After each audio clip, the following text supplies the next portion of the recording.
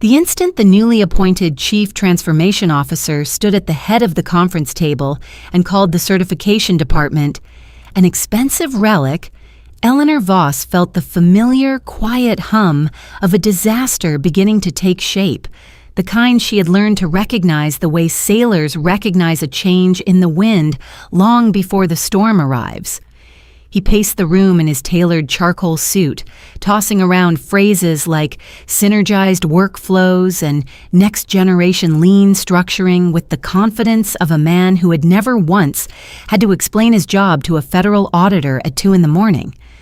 Nobody in that sterile glass boardroom on the 14th floor of Ashcroft Aerostructures truly understood what Eleanor did. Least of all, Bradley Kest, the man with the gleaming watch and the haircut that looked engineered rather than grown, who had been hired 8 months earlier to modernize a company that had quietly kept its promises to the government for over 2 decades.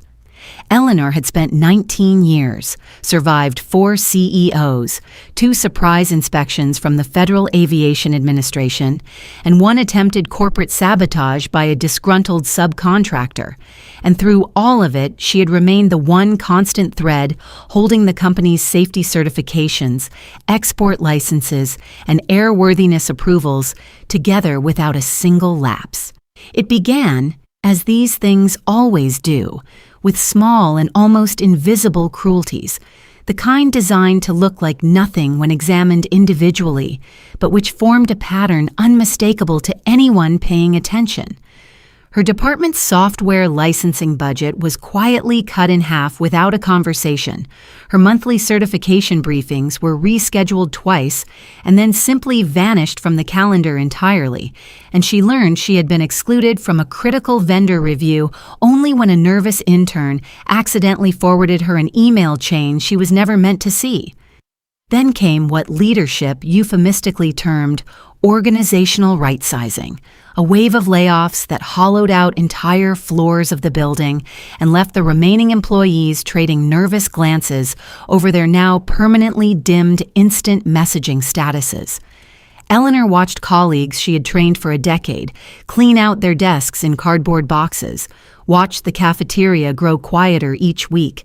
and still she said nothing, because behind her calm exterior, she alone understood that her signature, and hers alone, was the thread from which the entire company's federal aviation licensing hung suspended. She held something Bradley Kest had never bothered to ask about, a federally issued designated engineering representative credential, personally linked to her name through the FAA, which allowed Ashcroft Aerostructures to self-certify safety-critical aircraft components without every single part being independently inspected by a government official. It was not a badge that could be printed by HR or reassigned to an eager junior engineer with a fresh degree and an empty resume, because the credential existed only through years of specialized training, background vetting, and a level of accumulated regulatory trust that could not be manufactured overnight or outsourced to a cheaper vendor overseas. The blow finally landed on a gray Thursday morning during the quarterly cost realignment meeting, when Bradley leaned back in his chair and announced, almost gleefully, that her department's remaining functions would be transferred to an overseas compliance consultancy by the following Monday. "It's simply about efficiency, Eleanor, nothing personal," he said with a practiced smile, waving his hand as though brushing away a mildly annoying insect, while the rest of the room shifted uncomfortably in their seats, sensing something enormous and unspoken hovering just beneath the surface of his casual dismissal.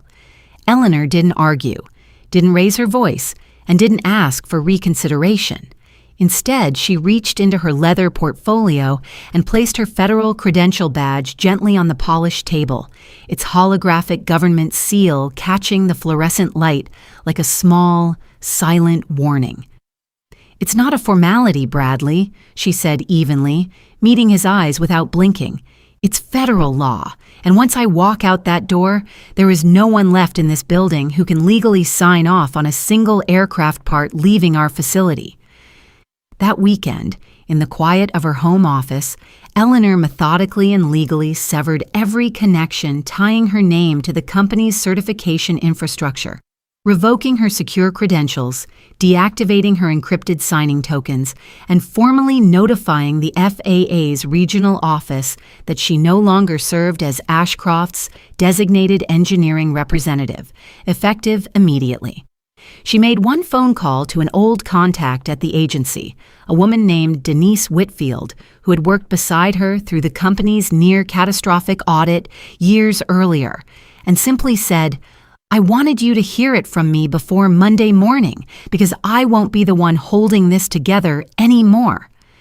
Monday arrived like a slow-motion collision no one saw coming until it was already happening, as the founder, Walter Ashcroft, stormed into the building 2 hours before sunrise, clutching a certified letter from the FAA that used words like suspension and immediate review of airworthiness authority.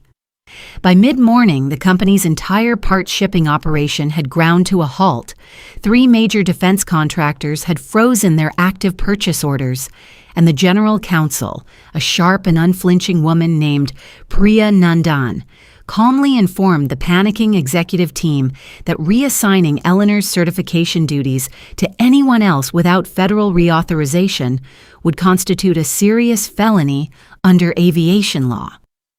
By Tuesday afternoon, the company's stock had wobbled. 2 board members had quietly begun consulting personal attorneys, and Bradley Kest sat alone in his office studying a 5-year-old internal memo Eleanor had written, explaining in explicit and unambiguous language exactly why her role could never be casually replaced, a memo he had apparently skimmed once and then promptly forgotten. When Walter finally worked up the nerve to call Eleanor directly and ask, voice trembling, whether she had deliberately sabotaged the company's systems on her way out, she answered with quiet, unshakable calm, "I didn't break anything, Walter. I simply stopped pretending I was replaceable." In the end, Eleanor Voss didn't need to raise her voice, slam a door, or seek revenge in any dramatic or destructive way, because the truth had been sitting in plain sight the entire time, patiently waiting for someone important enough to finally notice it.